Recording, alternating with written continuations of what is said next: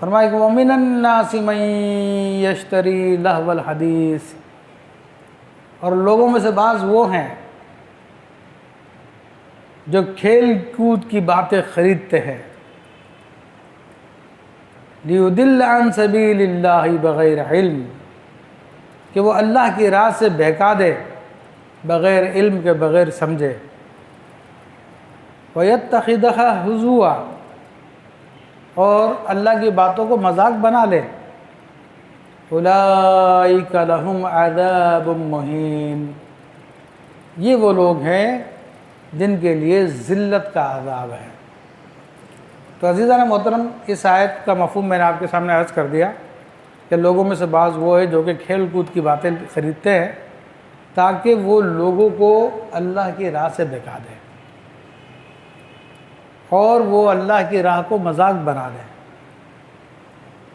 تو اب یہ اس سے مراد کون ہے؟ تو نضر بن حارث ایک شخص تھا جو کہ ایران جایا کرتا تھا۔ تو اس نے دیکھا کہ نبی کریم صلی اللہ تعالیٰ علیہ وآلہ وسلم لوگوں کو قرآن سناتے ہیں اور لوگ قرآن میں بڑا انٹرسٹ لیتے ہیں اور قرآن کو بڑی توجہ سے سنتے ہیں۔ قوم عاد، قوم سمود، دیگر قوموں کے واقعات نبی علیہ السلام بیان کرتے ہیں۔ تو جو کہ کافر تھا وہ، اس نے سوچا کہ کس طرح سے لوگوں کو میں اس چیز سے ہٹا دوں اور لوگوں کو اس کے بدلے میں کوئی اور چیز دے دوں تاکہ لوگ قرآن سننے سے باز آ جائیں۔ تو جو کہ وہ فارس جاتا تھا، ایران جاتا تھا، تو ایران میں بھی بہت قصے کہانیاں تھیں۔ تو وہاں پہ رستم و سہراب کی، اسفندیار کی کہانیاں تھیں۔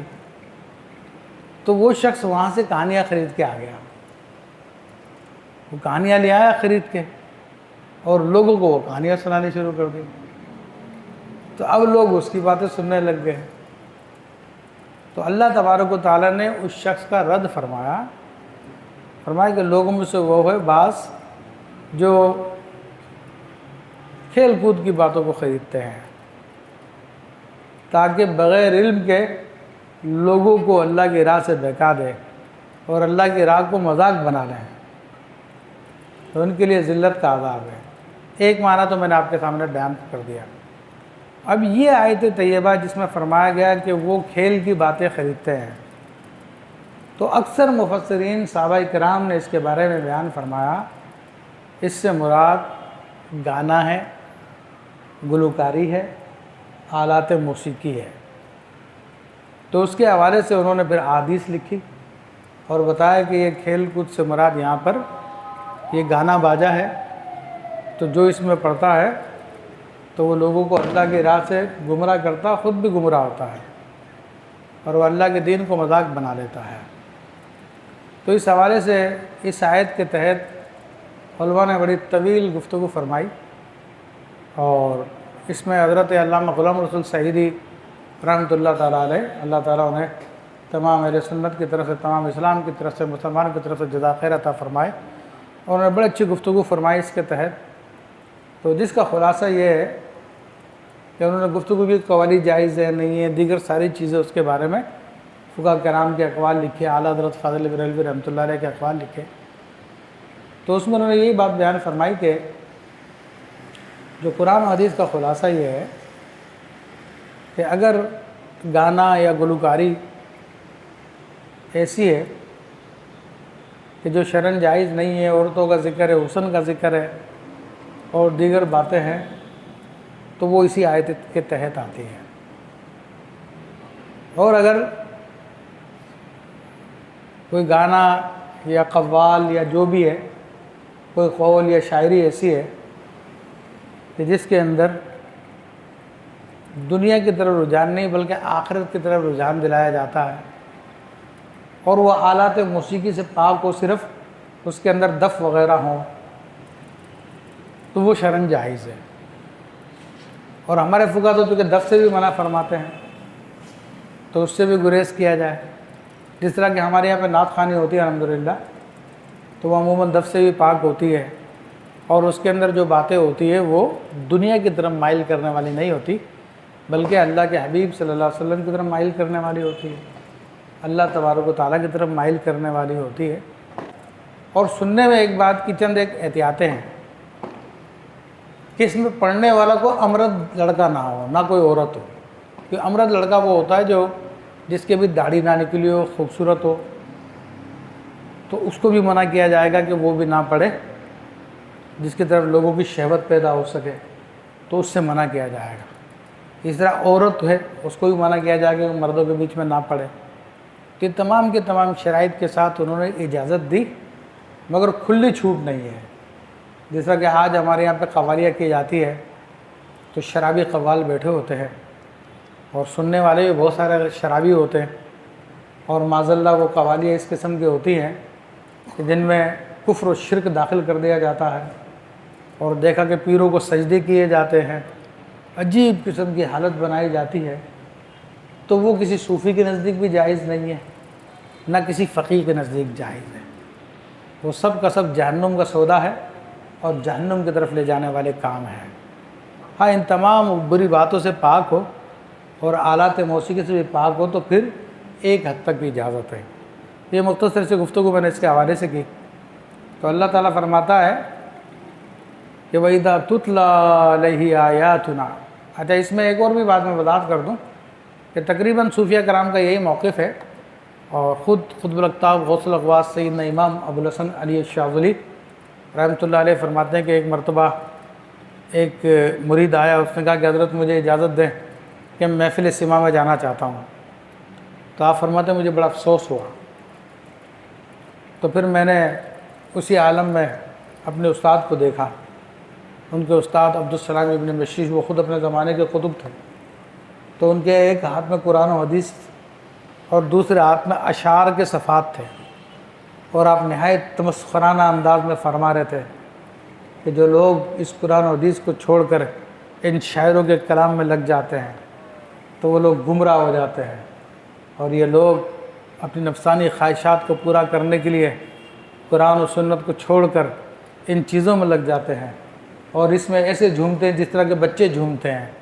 اور ان کا مقصد نہ آخرت ہوتی ہے نہ خدا ہوتا ہے،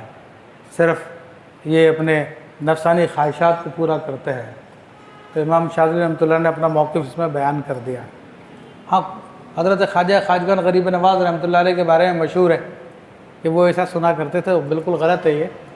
اس پہ خود حضرت خواجہ نظام الدین اولیاء رحمۃ اللہ تعالیٰ علیہ اور دیگر بزرگوں نے صراحت کی کہ حضرت غریب نواز رحمۃ اللہ علیہ صرف قوال کا کلام سنا کرتے تھے، اس میں مزامیر یا میوزک وغیرہ کا ذکر نہیں ہے، بلکہ حضرت خواجہ نظام الدین اولیاء رحمۃ اللہ علیہ نے اپنی کتاب فوائد الفواد میں واضح لفظ میں فرمایا کہ مزامیر حرام است، یعنی جو آلات موسیقی یہ حرام ہے۔ تو یہ بالکل ان بزرگوں نے بالکل وضاحت کر دی ہے۔ الحمدللہ ان کے بارے میں غلط باتیں منسوب ہیں، اور بہرحال پھر اور بھی بہت سارا کلام ہے اس کے اندر، لیکن میں بات کو یہاں پہ ختم کر کے آگے بڑھتا ہوں۔ فرمائے کہ وَإِذَا تُتْلَىٰ عَلَيْهِ آيَاتُنَا وَلَّىٰ مُسْتَكْبِرًا كَأَن لَّمْ يَسْمَعْهَا كَأَنَّ فِي أُذُنَيْهِ وَقْرًا فَبَشِّرْهُ بِعَذَابٍ أَلِيمٍ۔ وَإِذَا تُتْلَىٰ عَلَيْهِ، اور جب اس پر ہماری آیتیں پڑھی جائیں، یعنی یہی کفار،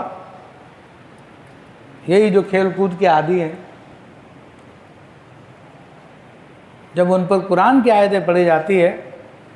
واللہ مستکبران، تو تکبر سے پیٹ پھیر کے چل دیتا ہے۔ اور یہی حال آج کل مسلمانوں کا نہیں کہ اگر کہیں بہت سارے مسلمان جمع ہوں اور وہاں پہ آپ جا کے تلاوت قرآن پاک شروع کر دیں تو ایک دو کے علاوہ سب چلے جائیں گے، سب کو مصروفیت یاد آ جائے گی، بہت سارے کام یاد آ جائیں گے، اور اس کے بجائے اگر آپ فنکشن کا اعلان کر دیں، ناچ گانے کا اعلان کر دیں، تو جس طرح کہ کل ہمارے یہاں پہ ہوا اسٹیڈیم میں، وہ سب یہی ہے جس کا اللہ تعالیٰ نے قرآن میں رد کیا۔ 6 بجے سے وہ فنکشن شروع ہوا اور رات کو 12 بجے چلتا ہے۔ اب مجھے بتائیے کتنے لوگوں نے عصر کی نماز پڑھی ہوگی، کتنے لوگوں نے مغرب کی نماز وہاں پہ پڑھی ہوگی، کوئی وقفہ نہیں تھا اس کے اندر کہ نمازوں کا وقفہ دے دیا۔ تو یہ کھیل کود لگائے اس لیے جاتے ہیں کہ لوگ یہ اللہ کے ذکر کو چھوڑ دیں، اللہ کے احکام کو چھوڑ دیں۔ تو یہ سب کا سب جہنم کا ایندھن ہے، یہ اپنے لیے آگ تیار کرتے ہیں جہنم کی۔ تو جو لوگ وہاں پہ انہوں نے اپنی نمازوں کو ضائع کیا وہ بھی اس میں شامل، اور جن لوگوں نے بڑے پیمانے پہ اہتمام کیا تو وہ بھی اس میں شامل۔ اور اس کے مقابلے میں اگر کوئی ذکر کر دیا جائے کہ قرآن کا بہت بڑا قاری آ رہا، پھر دیکھو کتنا رش ہوتا ہے وہاں پہ، کتنے لوگ جاتے ہیں، اس کا چوتھائی لوگ بھی نہیں پہنچیں گے وہاں پہ۔ تو بہرحال اللہ تعالیٰ فرما رہا ہے ایسے لوگوں کے بارے میں کہ جب ان پہ ہماری آیتیں پڑھی جاتی ہے تو تکبر کے ساتھ پیٹھ پھیر کے چل دیتا ہے، کأن لم یسمعھا، جیسا کہ اس نے سنا ہی نہیں، کأن فی اذنیہ وقرا، گویا کہ اس کے کانوں میں ڈانٹ لگے ہوئے ہیں۔ یہ ڈانٹ جو ہے نا عام طور پہ کسی سوراخ کو بند کرنے کے لیے جو چیز لگائی جاتی ہے اس کو ڈانٹ کہتے ہیں۔ عام طور پہ پہلے بوتل وغیرہ ہوتی تھی تو اس کے اوپر کارک لگتا تھا، اس کارک کو بھی ڈانٹ کہتے ہیں۔ تو یعنی انہوں نے اپنے کانوں کے اندر جو ہے کارک لگائے ہوئے کہ قرآن کی بات ہمارے کانوں میں نہ پڑ جائے۔ اور عموماً لوگوں کا رجحان ایسا ہی ہے، میں آپ کو بتا رہا ہوں کہ قرآن کو سب سے کم اہمیت دی جاتی ہے۔ ہاں ان کے نفسوں کے مطابق کوئی بات ہو اس کو بڑی اہمیت دیتے ہیں۔ یہاں پہ قرآن کی محفل لگی اور یہاں پہ اگر آپ کوئی اور دوسرا یعنی نعت خوانی کی بھی آپ لگا لیتے تو کافی لوگ بیٹھے ہوتے، پھر ان کے نفسوں کو تسکین ملتی ہے۔ لیکن قرآن تو چونکہ دل کی غذا ہے، روح کی غذا ہے، تو روح کی افلاس کا کسی کو خیال نہیں ہے کہ اپنی روح کو زندہ کر لے، اپنی روح کو بچا لے، سب کے سب نفس کے تحت لگے ہوئے ہیں، تو اس لیے اس کی طرف نہیں آتے۔ مگر اللہ کہتا ہے فَبَشِّرُوا بِعَذَابٍ أَلِيمٍ، تو اسے دردناک عذاب کا مژدہ سنا دو، اسے دردناک عذاب کی خوشخبری سنا دو ایسے لوگوں کو جو اللہ کے ذکر سے منہ پھیر کے چل دیتے ہیں۔ تو دیکھیں ویسے تو یہ آیتیں کافروں کے بارے میں نازل ہوئی ہے، لیکن اگر کسی مسلمان کا بھی طرز عمل یہی ہے تو اس کے بارے میں بھی یہ آیت ہے۔ یہ نہیں کہ صرف کافر کے لیے، کیونکہ اللہ نے یہاں پہ کافر کا لفظ استعمال نہیں کیا۔ اللہ نے تو ان لوگوں کی بات کی ہے کہ جو کھیل کود کی باتوں کو خریدتے ہیں تاکہ لوگوں کو اللہ کی راہ سے روک سکے، اور اس کو قرآن اللہ تعالیٰ کی باتوں کو ہنسی بنا دیتے ہیں۔ تو یہ وہ لوگ ہیں جن کے لیے دردناک ذلت کا عذاب ہے، اور یہ وہ لوگ ہیں جب ان پہ